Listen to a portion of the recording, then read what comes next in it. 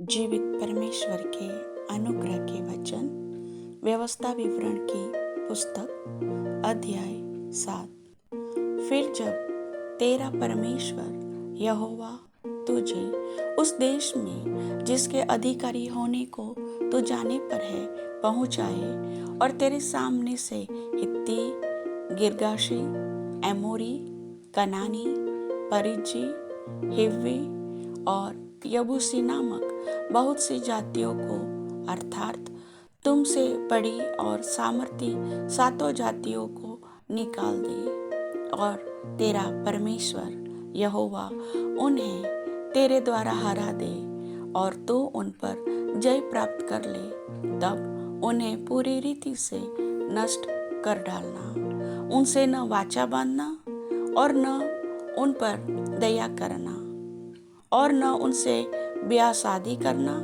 न तो अपनी बेटी उनके बेटे को ब्याह देना और न उनकी बेटी को अपने बेटे के लिए ब्याह लेना, क्योंकि वे तेरे बेटे को मेरे पीछे चलने से बहकाएगी और दूसरे देवताओं की उपासना करवाएगी और इस कारण यहोवा का कोप तुम पर भड़क उठेगा और वह तेरा शीघ्र सत्यानाश कर डालेगा।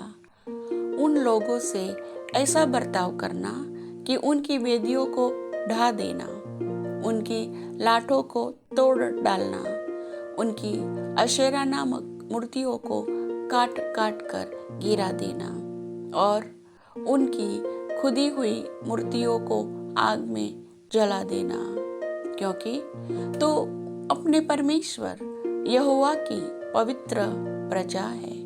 यहोवा ने पृथ्वी भर के सब देशों के लोगों में से तुझको चुन लिया है कि तू उसकी प्रजा और नीच भाग ठहरे।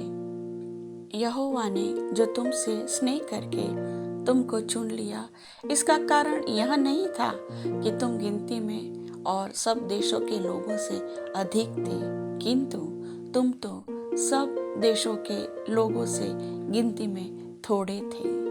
यहोवा ने जो तुमको बलवंत हाथ के द्वारा दासत्व के घर में से और मिस्र के राजा फिरौन के हाथ से छुड़ाकर निकाल लाया, इसका यही कारण है कि वह तुमसे प्रेम रखता है और उस शपथ को भी पूरी करना चाहता है जो उसने तुम्हारे पूर्वजों से खाई थी।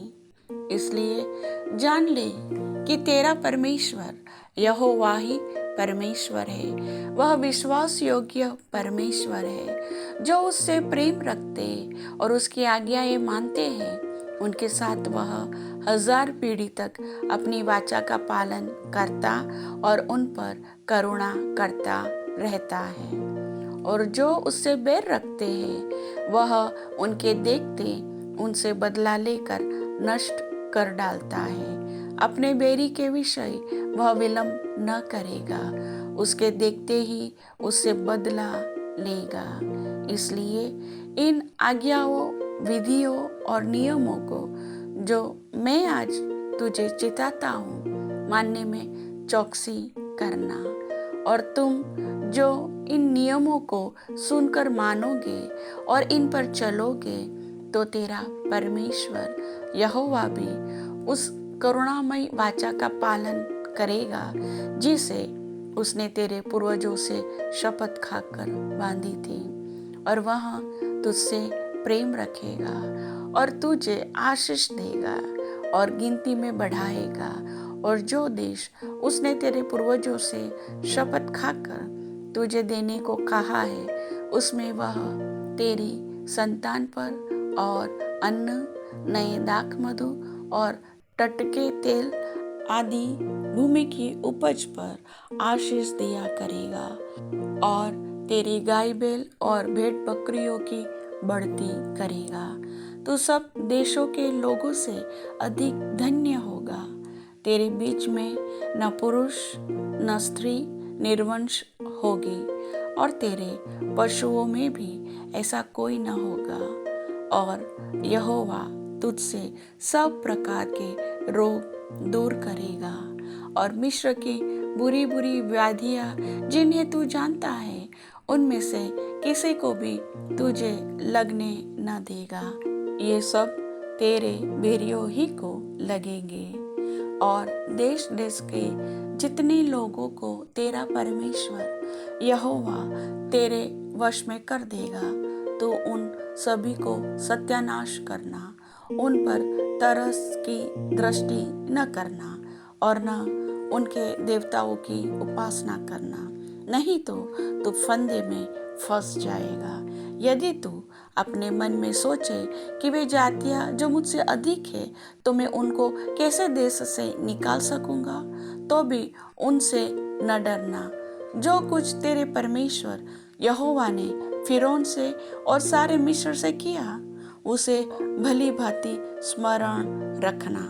जो बड़े बड़े परीक्षा के काम तूने अपनी आंखों से देखे, और जिन चिन्हों और चमत्कारों और जिस बलवंत हाथ और बढ़ाई हुई भुजा के द्वारा तेरा परमेश्वर यहोवा तुझको निकाल लाया, उनके अनुसार तेरा परमेश्वर यहोवा उन सब लोगों से भी जिनसे तू डरता है करेगा। इससे अधिक तेरा परमेश्वर यहोवा उनके बीच बर्रे भी भेजेगा, यहाँ तक कि उनमें से जो बचकर छिप जाएंगे वे भी तेरे सामने से नाश हो जाएंगे। उनसे भय न खाना, क्योंकि तेरा परमेश्वर यहोवा तेरे बीच में है और वह महान और भय योग्य परमेश्वर है। तेरा परमेश्वर यहोवा उन जातियों को तेरे आगे से धीरे धीरे निकाल देगा, तो तू एकदम से उनका अंत न कर सकेगा, नहीं तो जंगली पशु बढ़कर तेरी हानि करेंगे, तो भी तेरा परमेश्वर यहोवा उनको तुझसे हरवा देगा। और जब तक वे सत्यानाश न हो जाए, तब तक उनको अति व्याकुल करता रहेगा, और वह उनके राजाओं को तेरे हाथ में करेगा, और तू उनका भी नाम धरती पर से मिटा डालेगा। उनमें से कोई भी तेरे सामने खड़ा न रह सकेगा, और अंत में तू उन्हें सत्यानाश कर डालेगा। उनके देवताओं की खुदी हुई मूर्तियां तुम आग में जला देना। जो चांदी या सोना उन पर मढ़ा हो, उसका लालच करके न ले लेना, नहीं तो तू उसके कारण फंदे में फंसेगा, क्योंकि ऐसे वस्तुएं तुम्हारे परमेश्वर यहोवा की दृष्टि में घृणित है। और कोई घृणित वस्तु अपने घर में न ले आना, नहीं तो तू भी उसके समान नष्ट हो जाने की वस्तु ठहरेगा। उसे सत्यानाश की वस्तु जानकर उससे घृणा करना और उसे कदापि न चाहना, क्योंकि वह अशुद्ध वस्तु है। प्रभु वचन के सुनने वाले सभी भाई बहनों को वचन समझने के लिए समझ, बुद्धि, ज्ञान की आत्मा दे। आमीन।